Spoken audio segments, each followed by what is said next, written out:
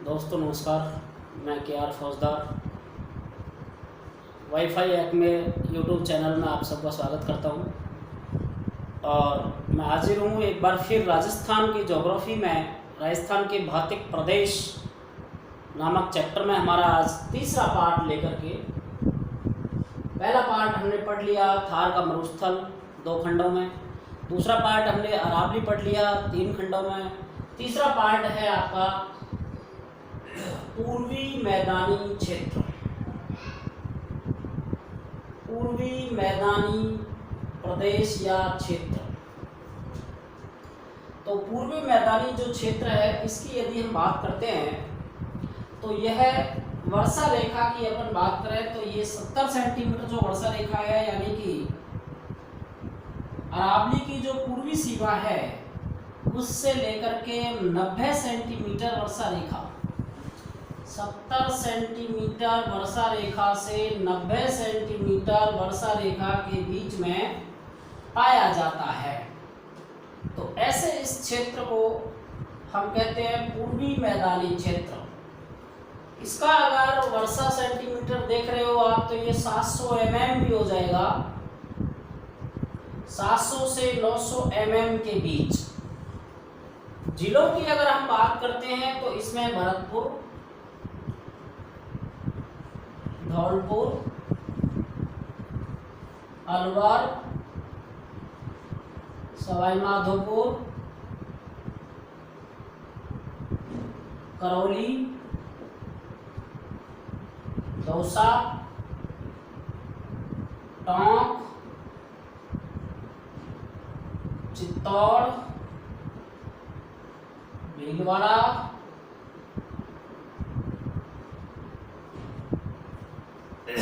ये जिले आपके इस पूर्वी मैदानी प्रदेश में आते हैं। इसके अलावा प्रतापगढ़ और बांसवाड़ा का भाग भी इस मैदानी क्षेत्र के अंदर शामिल किया जाता है। अध्ययन की दृष्टि से इसे हम 3 भागों में बांटते हैं, 4 भागों में बांटते हैं। अध्ययन की दृष्टि से इसे हम 4 भागों में बांटते हैं। Number 1 Banganga basin, Banganga basin. Number 2 Banas basin. Number 3 माही बेसिन। और नंबर 4 चंबल नदी क्षेत्र।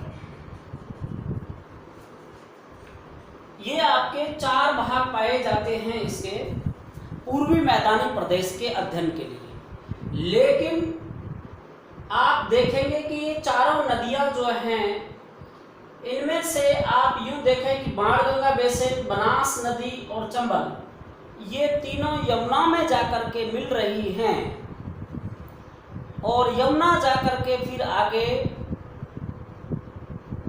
गंगा में और गंगा आगे जाकर के बंगाल की खाड़ी में जाके गिर रही है। माई नदी आपकी अरब सागर में जाके गिरती है। तो मोस्टली ये जो भाग है इसे हम गंगा यमुना का मैदान भी कहते हैं। गंगा एवं यमुना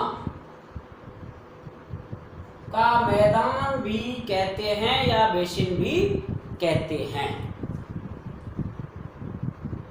इस क्षेत्र में क्या विशेषताएं पाई जाती हैं, किस तरीके से इसका विस्तार पाया जाता है, तो देखिए यदि क्षेत्रफल की बात करते हैं तो लगभग 23.3% भाग पर ये फैला हुआ है। राउंड फिगर में 23% भाग पर यह भाग फैला हुआ है पूर्वी मैदानी क्षेत्र। इसके अलावा यहाँ 39% जनसंख्या निवास करती है। यानी एक तरफ को जब हम देख रहे थे मरुस्थल तो वहाँ 61% भाग पर 40% जनसंख्या निवास कर रही थी। दूसरा हम देख रहे हैं कि 23% भाग पर लगभग 39% यानी 40% के लगभग जनसंख्या निवास कर रही है। इसलिए ये पूर्वी मैदानी जो क्षेत्र है ये जनसंख्या घनत्व की दृष्टि से राज्य का सबसे घना बसा हुआ क्षेत्र है, एरिया है। इसका कारण क्या है? इसका कारण ये है नदियों के बेसिन, क्योंकि नदी के जो मैदान होते हैं वो कैसे होते हैं? समतल। तो एक कारण तो ये है समतल मैदान का होना। दूसरा कारण ये है नदियों के द्वारा दोमट मिट्टी या कांप मिट्टी का जमाव किया जाता है और यह मिट्टी उपजाऊ होती है। इस उपजाऊपन के कारण यहाँ कृषि क्षेत्र अधिक पाया जाता है। तो इस कृषि क्षेत्र के कारण यहाँ पर उद्योग धंधे, कृषि आधारित उद्योग धंधे अधिक हैं और इन उद्योग धंधों के कारण यहाँ पर जनसंख्या का घनत्व भी अधिक है। जनसंख्या घनत्व भी अधिक है। ये मुख्य रीजन है इसमें। अब इसके यदि वर्गीकरण की हम बात करते हैं तो देखिए वर्गीकरण में पहला आता है बाणगंगा बेसिन। बाणगंगा बेसिन को एक्सप्लेन करते हैं।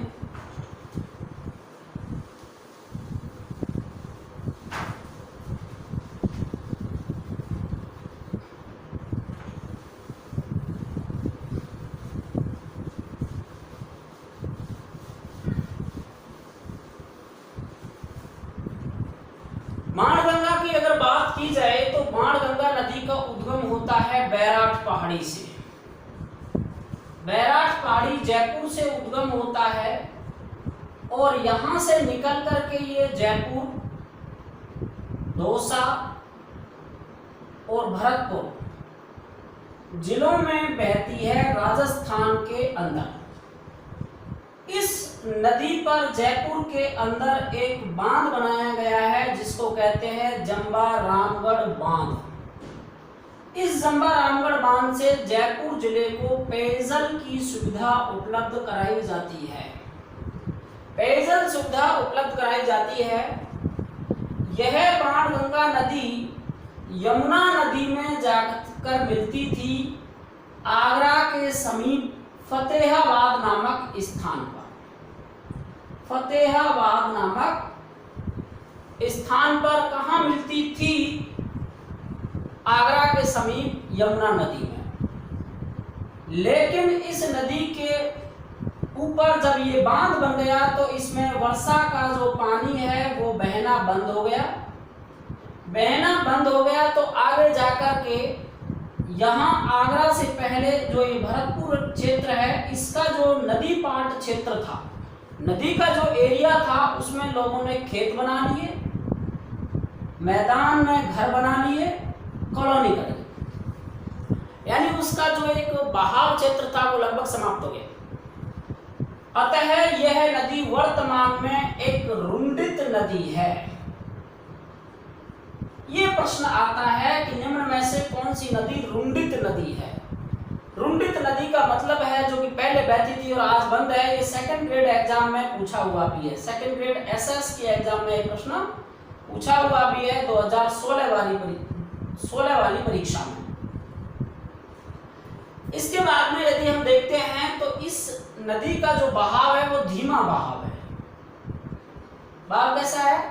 धीमा बहाव है। और इस नदी का ये जो क्षेत्र है वो दोमट मिट्टी से बना हुआ है, इसलिए यहाँ पर कृषि औद्योगिक क्षेत्र पाया जाता है। कृषि औद्योगिक इकाइयाँ विकसित हुई है। समतल मैदान है, इसलिए यहाँ सड़क मार्ग, रेल मार्ग आदि का विकास भी तीव्र गति से हुआ है। इन सब कारणों से बाणगंगा का जो बेसिन है वह अपने आप में एक महत्वपूर्ण स्थान रखता है। इसके अलावा यदि हम इसकी एक ऊंचाई की बात करते हैं कि कितनी ऊंचाई है, तो लगभग 280 मीटर से लेकर के 400 मीटर के बीच में इसकी औसत ऊंचाई पाई जाती है। यानी कहीं पर 280 मीटर है और कहीं 400 मीटर है। समुद्र तल से। इसलिए ये आपका एक पार्ट होता है पूर्वी मैदानी भाग का बाणगंगा नदी। इसका दूसरा पार्ट आता है नेक्स्ट बनास बेसिन। बात करते हैं बनास बेसिन की। तो बनास बेसिन की यदि बात करते हैं तो बनास नदी का उद्गम जो होता है वह राजसमंद जिले से होता है, खमनौर की पहाड़ियों से।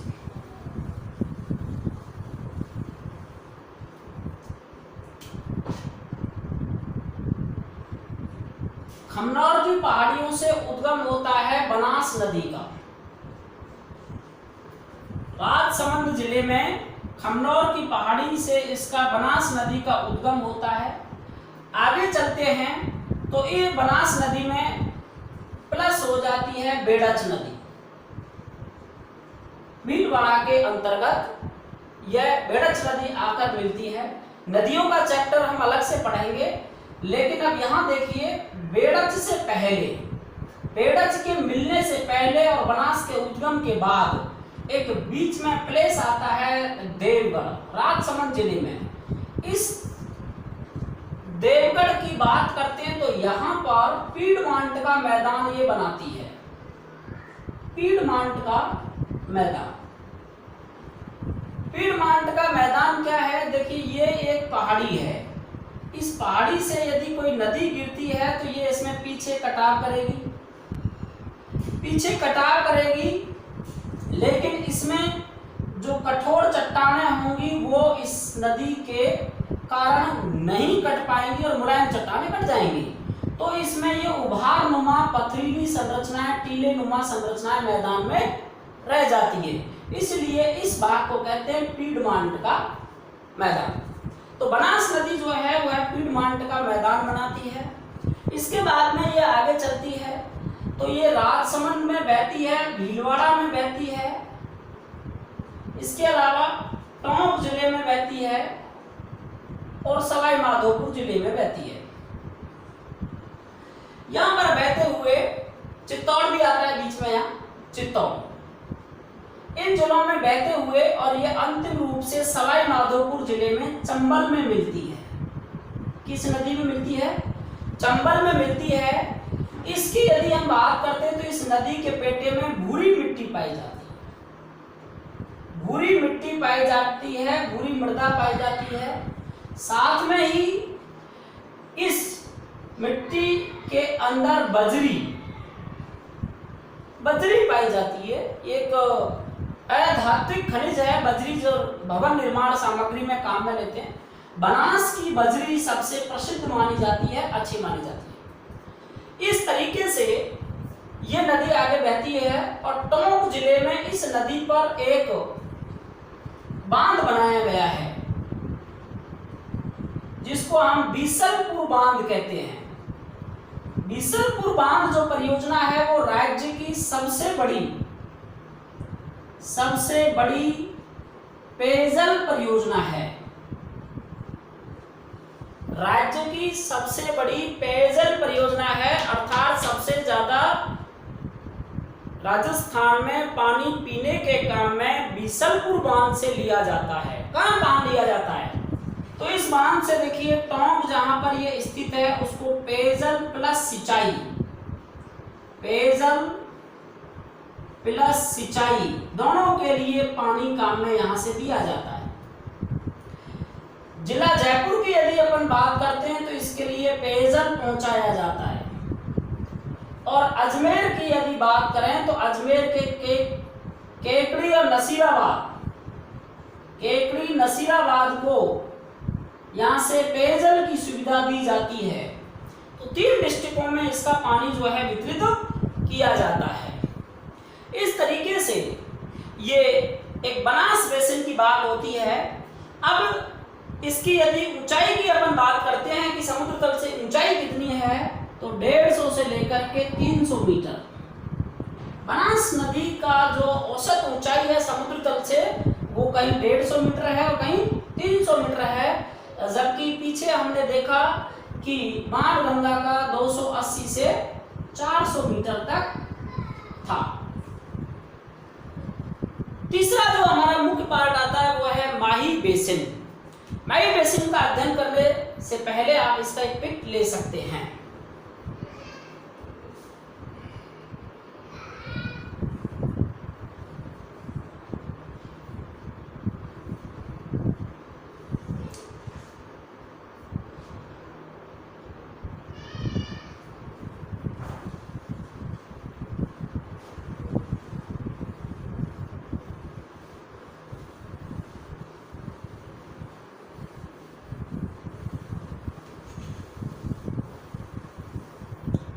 तीसरा खंड होता है माही बेसिन।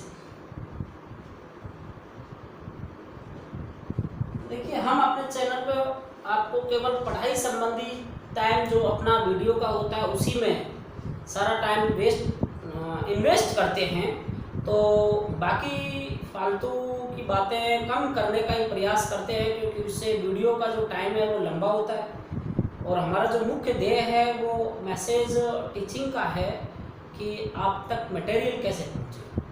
लेकिन फिर भी इस लॉकडाउन में आपको दो शब्द हैं कि आप घर पर रहें, सुरक्षित रहें, और ये जो समय आपका चल रहा है ये बहुत ही एक दुखदायी समय है, जिसमें किसी भी प्रकार की कोई गतिविधियां संचालित नहीं हो रही है, लेकिन हम अपनी पढ़ाई YouTube के माध्यम से कर सकते हैं। तो आप इस समय का उपयोग करें, सदुपयोग करें। परीक्षाएं जो होती हैं वो धैर्य की परिचायक होती है। जो व्यक्ति धैर्य का इसमें प्रदर्शन अच्छा कर पाता है वो परीक्षा को क्रैक कर पाता है।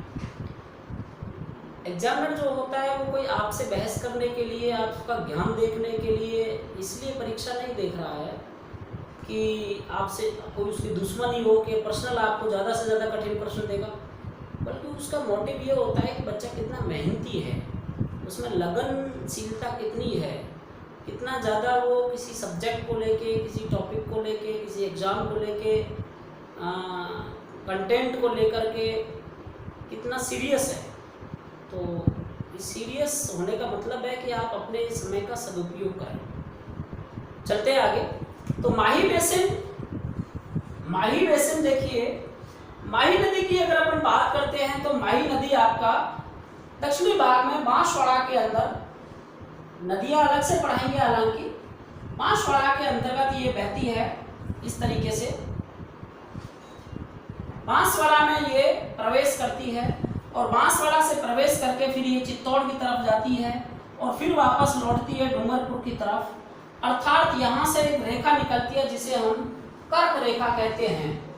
बांसवाड़ा के कुशलगढ़ शहर से, कुशलगढ़ कस्बे से ये कर्क रेखा गुजरती है। इस कर्क रेखा को यह नदी दो बार काटती है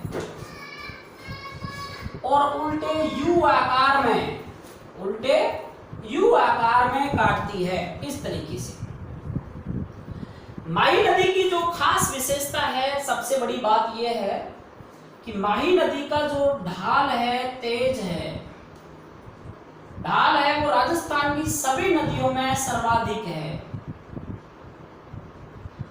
लगभग 8 से 12 मीटर पर किलोमीटर। 1 किलोमीटर यदि आप चलेंगे तो 8 से 12 मीटर का उसमें ढाल आ जाएगा। तो सबसे ज्यादा ढाल प्रवणांक किस नदी का है तो आप बताएंगे माही नदी का सबसे ज्यादा ढाल प्रवणांक है। ये नदी जब प्रतापगढ़ में आती है तो इसके नदी के किनारे वाले जो भाग होते हैं इसको कहा जाता है कांठल। नदी के जो किनारे हैं इनको प्रतापगढ़ में क्या कहा जाता है? कांठल। इसलिए इसे कांठल की गंगा और प्रतापगढ़ वाले नदी के बहाव क्षेत्र को क्या कहा जाता है? कांठल क्षेत्र। कांठल क्षेत्र कहा जाता है।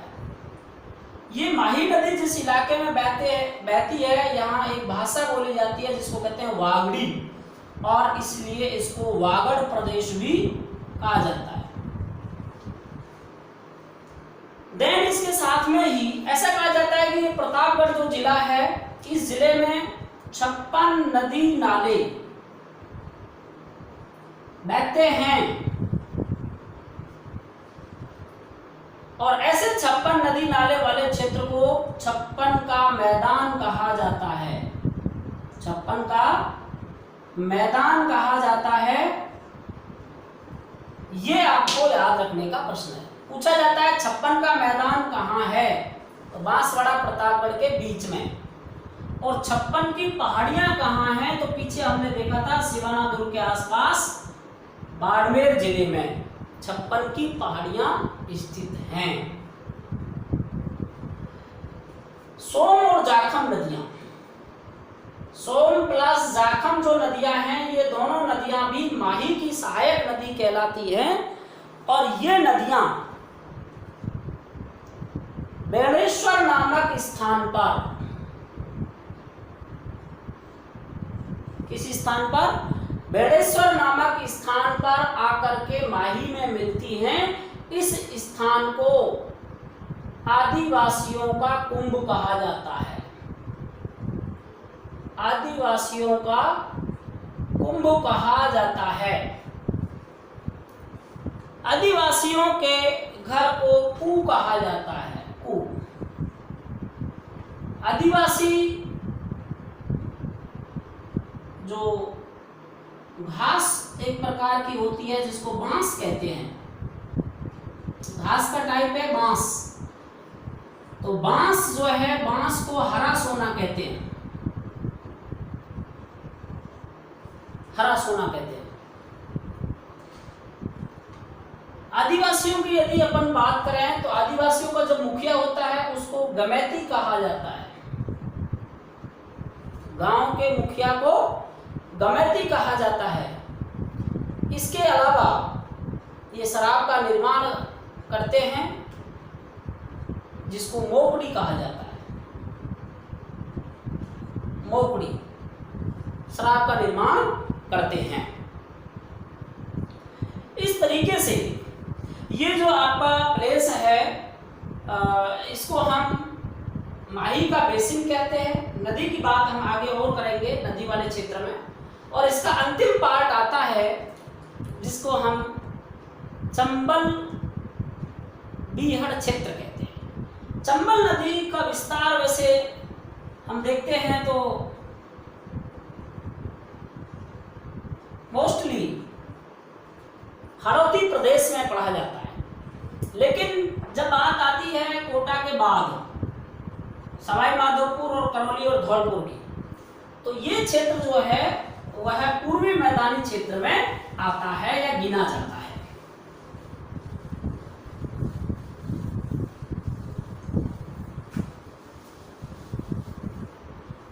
तो नेक्स्ट है आपका, बात कर रहे थे चंबल बीहड़ क्षेत्र की। चंबल बीहड़ क्षेत्र आपका सवाई माधोपुर, करौली और धौलपुर जिलों में पाया जाता है। इसके अंतर्गत जो चंबल नदी है यह सर्वाधिक अपर्दन का कार्य करती है और ये अपर्दन कहलाता है गली अपर्दन। गली अपर्दन, इस गली अपर्दन के कारण एक विशेष आकृति यहाँ बनती है जिनको हम डांग प्रदेश कहते हैं या डांग कहते हैं। इन्हीं डांग, स्थानीय भाषा में डांग कहलाता है। इसे ही हम बीहड़ कहते हैं, अर्थात उबड़ खाबड़ भूमि। उबड़ खाबड़ भूमि जिसमें बबूल झाड़ियां बहुत सारी उगी हुई होती हैं, इसको हम बीहड़ कहते हैं। सबसे ज्यादा जो बीहड़ है वो धौलपुर में पाए जाते हैं। और राजस्थान में सबसे ज्यादा यदि कहीं जल अपर्दन होता है, जल अपर्दन, तो वो क्षेत्र भी यही क्षेत्र है, सवाई माधोपुर, करौली और धौलपुर। धौलपुर में सबसे ज्यादा जल अपर्दन होता है। यदि हम वायु अपर्दन की बात करते हैं, सबसे ज्यादा वायु अपर्दन कहाँ होता है, तो जैसलमेर के अंदर, जैसलमेर में सबसे ज्यादा वायु अपर्दन होता है। तो इस अपर्दन के कारण जो प्लेस बनता है उसको बीहड़ कहते हैं। भूगोल में इसको बैडलैंड टोपोग्राफी, बैडलैंड टोपोग्राफी अर्थात उत्खात भूमि कहा जाता है। तो डांग कहें, उत्खात भूमि कहें, वेटलैंड टोपोग्राफी कहें, बात एक ही है, कोई अलग नहीं है। लगभग 4500 वर्ग किलोमीटर क्षेत्रफल में ये चंबल बीहड़ क्षेत्र फैला हुआ है। यहां पर विंध्यन कगार भूमि, विंध्यन कगार भूमि पाई जाती है। पीछे भी मैंने आपको बताया था कि विंध्याचल पर्वतमाला के भाग यहां पाए जाते हैं, इस भाग में। इस तरीके से ये आपका एक पार्ट होता है, एक भौतिक प्रदेश होता है 3rd नंबर का, जिसको हम पूर्वी मैदानी क्षेत्रों कहते हैं।